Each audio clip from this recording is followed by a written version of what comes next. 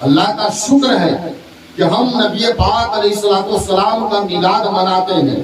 ہم کبھی جو ہے شہنشاہ بننے کی کوشش نہیں کرتے، ہم کبھی بادشاہ بننے کی کوشش نہیں کرتے، اس لیے کہ ہمارے لیے تو جو ہے سب سے بڑی جو نعمت ہے وہ نبی کی غلامی ہے۔ سب سے بڑی دولت جو ہمارے لیے وہ نبی کی غلامی ہے۔ ہمیں تاج و تخت نہیں چاہیے، ہمیں بادشاہت سلطنت نہیں چاہیے، ہمیں جو ہے اتنا بڑا عہدہ، اتنا بڑا پد نہیں چاہیے، ہمیں تو صرف نبی کی غلامی چاہیے۔ رسول پاک علیہ السلام کے قدموں میں پڑے رہے، رسول پاک کے قدموں میں پڑے رہے تو مقدر ہمارا بھی دیکھ لیا جائے، ان بادشاہوں کا بھی دیکھ لیا جائے۔ اس کا مقدر اتنا اونچا نہیں ہو سکتا جتنا اونچا مقدر نبی کے قدموں میں رہنے والوں کا ہوتا ہے۔ اللہ جو ہے ہمیں نبی کا غلام بنا کر کے رکھے۔ الحمدللہ ہم نبی کا احترام کرتے ہیں، نبی کی تعظیم کرتے ہیں، نبی کی عزت کرتے ہیں، نبی پاک علیہ السلام کا میلاد مناتے ہیں، نبی پاک علیہ السلام کی آمد پر ہم خوشیوں کا اہتمام کرتے ہیں، اور الحمدللہ ہم یہ ساری چیزیں کر کے اپنی غلامی کا ثبوت دیتے ہیں۔ وہ جماعت الگ ہے جو رسول پاک علیہ السلام کو اردو پڑھانے کا دعویٰ کرتی ہے، وہ جماعت الگ ہے۔ الحمدللہ ہم اس عقیدے کے لوگ نہیں ہیں، اور ان کی حیثیت کیا ہے؟ یہ نبی کو اردو سکھائیں گے، یہ نبی کو اردو پڑھائیں گے۔ مولوی صاحب اپنا خواب بیان کر رہے تھے، مولوی صاحب کہہ رہے تھے کہ میں نے رات میں خواب میں نبی پاک صلی اللہ تعالی علیہ وسلم کو دیکھا، تو میں نے دیکھا کہ نبی اردو زبان میں بول رہے ہیں، نبی اردو زبان میں بول رہے ہیں۔ میں نے کہا کہ حضور آپ تو عربی النسل ہیں، آپ عربی ہیں، آپ عرب میں پیدا ہوئے، عربی زبان آپ کی ہے، یا رسول اللہ اردو کیسے بول رہے ہیں؟ تو معاذ اللہ نبی نے فرمایا کہ جب سے میرا کنیکشن مدرسہ دیوبند سے ہوا تب سے میں اردو بولنا سیکھ گیا۔ معاذ اللہ کتنی بڑی بدماشی ہے، کتنا بڑا الزام ہے رسول پاک پر۔ نبی نے اردو بولنا دیوبند سے سیکھا، یہ کتنے جو ہے افسوس کی بات ہے۔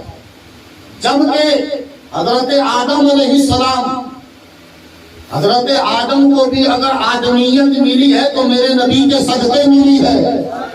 حضرت آدم علیہ السلام کو اللہ تبارک و تعالیٰ نے 7 لاکھ زبانوں کا علم عطا فرمایا، 7 لاکھ بولیاں حضرت آدم جانتے ہیں، 7 لاکھ بھاشاؤں کا علم، 7 لاکھ لینگویج کا علم اللہ نے آدم علیہ السلام کو عطا فرمایا، اور آدم کو نبوت ملی، آدم کو آدمیت ملی، آدم کو خلافت ملی میرے نبی کے صدقے۔ تو حضرت آدم جب 7 لاکھ زبانوں کا علم رکھ سکتے ہیں تو جن کے صدقے میں آدم بنائے گئے ہیں اس مصطفیٰ جان رحمت کو اللہ نے کتنی زبانوں کا علم عطا کیا ہوگا۔ نبی کریم علیہ السلام کو اردو پڑھانے کا دعویٰ، ارے جب اللہ کے حبیب علیہ السلام غار حرا میں تھے اور جبریل امین حکم ربی سے پہلی وحی لے کر کے آئے تھے، پہلی وحی تھی، اور آ کر غار حرا میں رسول پاک علیہ السلام سے کہا، جبریل امین نے کہا اقرا، پڑھیے۔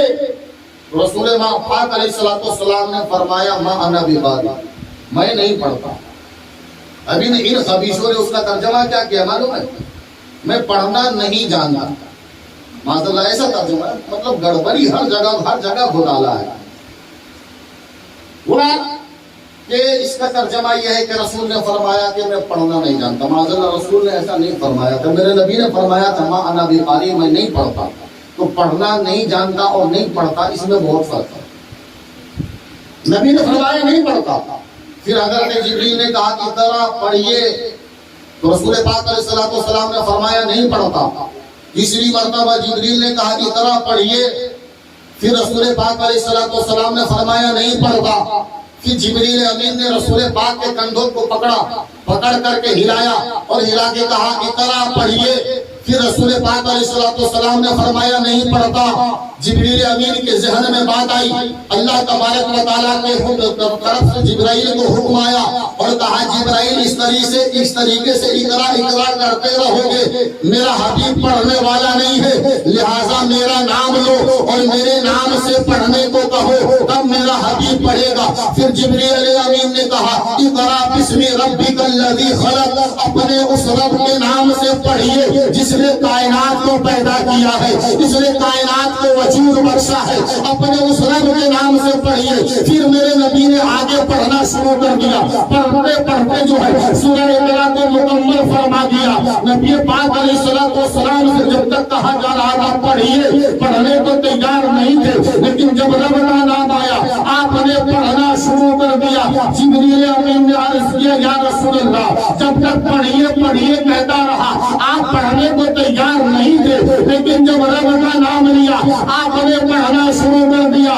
میرے آقا فرماتے ہیں جبرائیل اس کی وجہ یہ ہے تم نے پڑھنے کے لیے کہا تھا، اگر میں پڑھنا شروع کر دیتا تو زمانہ یہ کہتا کہ جبرائیل نبی کے استاد ہے، جبرائیل نے نبی کو پڑھایا ہے.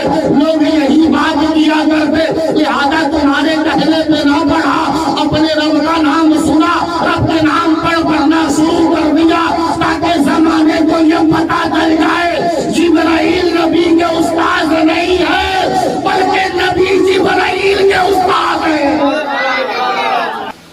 نبی پاک علیہ السلام نے آخر پڑھا کس سے؟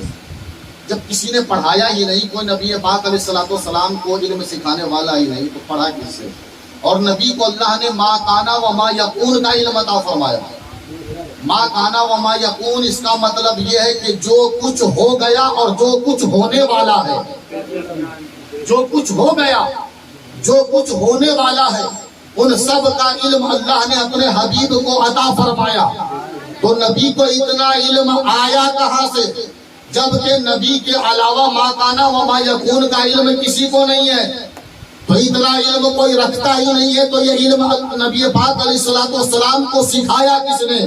تو قرآن مجید اس کا خود جواب دیتا ہے. قرآن مجید کے اندر رب کا ارشاد ہوتا ہے الرحمن علم القرآن، رحمان نے اپنے حبیب کو قرآن سکھایا. رحمان نے اپنے حبیب کو قرآن سکھایا.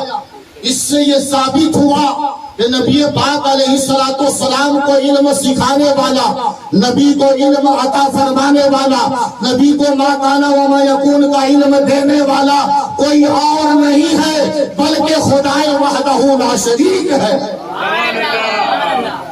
میرے رب نے میرے نبی کو سکھایا ہے، اللہ تبارک و تعالیٰ نے اپنے محبوب کو سکھایا ہے. رسول پاک علیہ السلام کو جو علم ہے وہ اللہ کی عطا سے ہے. کسی نے پڑھایا نہیں نبی کو، کسی مدرسے، کسی کالج، کسی یونیورسٹی میں نبی گئے نہیں.